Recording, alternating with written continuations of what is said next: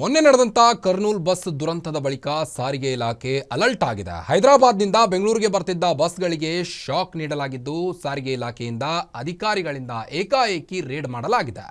ಹೊರ ರಾಜ್ಯದ 5 ಖಾಸಗಿ ಬಸ್ಗಳನ್ನು ವಶಕ್ಕೆ ಪಡೆದಿದ್ದಾರೆ ಆರ್ಟಿಒ ಆಫೀಸರ್ಸ್.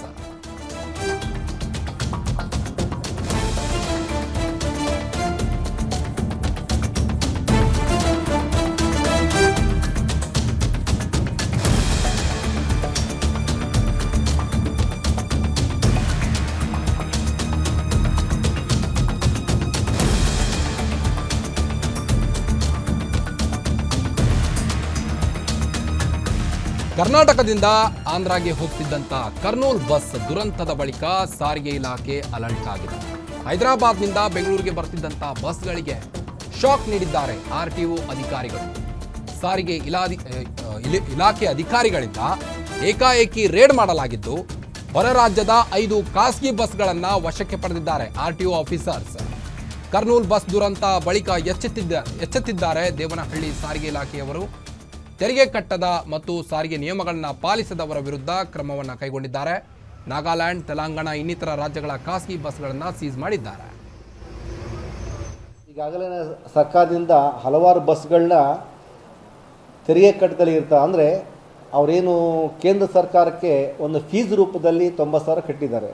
ಆದರೆ ನಮ್ಮ ಸರ್ಕಾರಕ್ಕೆ, ನಮ್ಮ ಕಚೇರಿಗೆ, ನಮ್ಮ ಇಲಾಖೆಗೆ ಬರಬೇಕಾದಂತಹ ಟ್ಯಾಕ್ಸ್ನ ಅವ್ರು ಕಟ್ಟಿರೋದಿಲ್ಲ. ನಮ್ಮ Karnataka motor vehicle taxation act ಪ್ರಕಾರ ನಮ್ಮ ರಸ್ತೆ ಯೂಸ್ ಮಾಡುವಾಗ ಅವರು ಒಂದು ಕ್ವಾರ್ಟರ್ಗೆ ಒಂದು ಸೀಟಿಗೆ ಇಷ್ಟು ಅಂತ ನಿಗದಿಯಾಗಿದೆ. ಅಷ್ಟು ಹಣ ತೆರಿಗೆನ ಅವ್ರು ಕಟ್ಟಬೇಕಾಗಿರುತ್ತೆ. ಅದು ಸ್ವಲ್ಪ ಕನ್ಫ್ಯೂಷನ್ ಇದ್ದಿಂದ ಸ್ವಲ್ಪ ತಡವಾಗಿದೆ. ಆದರೆ ಈಗ ಸರ್ಕಾರ ಎಚ್ಚೆತ್ತುಕೊಂಡು ಈಗೆಲ್ಲ ವಾಹನಕ್ಕೆ, ನಮ್ಮ ಸರ್ಕಾರಕ್ಕೆ, ನಮ್ಮ ಇಲಾಖೆಗೆ, ನಮ್ಮ ರಾಜ್ಯಕ್ಕೆ ಬರಬೇಕಾದಂಥ ತೆರಿಗೆ ವಸೂಲಾತಿಗೋಸ್ಕರ ನಮ್ಮ ಕಚೇರಿಯಿಂದ ಈ ದಿನ ಸುಮಾರು 5 ಬಸ್ಗಳು, ಏನು ನಾಗಾಲ್ಯಾಂಡು, AR ಇರ್ಬೋದು, TS ಇರ್ಬೋದು, ಅವರೆಲ್ಲ ಹೊರ ರಾಜ್ಯದಿಂದ ಬಂದು ನಮ್ಮ ತೆರಿಗೆ ಕಟ್ಟದಲ್ಲೇ ಇಲ್ಲಿ ಬಸ್ಗಳು ಓಡಿಸ್ತಿದ್ದಾವೆ. ಈಗಾಗಲೇ 2 ದಿವಸ ಹಿಂದೆ ನಮ್ಮ ದೇವನಹಳ್ಳಿ ನವೋಗ ಟೋಲ್ ಬಳಿನೇ ಒಂದು ದೊಡ್ಡದಾದಂಥ ಸ್ಕ್ವಾಡ್ ಮಾಡಿ ಸುಮಾರು 40 KH ಬಸ್ಗಳನ್ನ ನಾವು ಯಲಹಂಕ ಕಚೇರಿ ಆವರಣದಲ್ಲಿ ಮುಟ್ಟುಗೋಲು ಹಾಕೊಂಡಿದ್ದೀವಿ. ಯಾಕೆ ನಮ್ಮ ಕಚೇರಿ ಆವರಣಗಳ ಸ್ಥಳಾವಕಾಶ ಇಲ್ಲದ್ರಿಂದ ಅಲ್ಲಿ ಮುಟ್ಟುಗೋಲು ಹಾಕೊಂಡಿದ್ದೀವಿ. ನಮ್ಮ ಕಚೇರಿ ವತಿಯಿಂದ ಇವತ್ತು ಸುಮಾರು 5 ಬಸ್ಗಳನ್ನ ಸೀಸ್ ಮಾಡಿ ನಾವು ನಮ್ಮ ಕಚೇರಿ ಆವರಣದಲ್ಲಿ ಮುಟ್ಟುಗೋಲು ಹಾಕೊಂಡಿದ್ದೀವಿ. ಈ ಒಂದು ಕಾರ್ಯಾಚರಣೆ ನಿರಂತರವಾಗಿರುತ್ತೆ.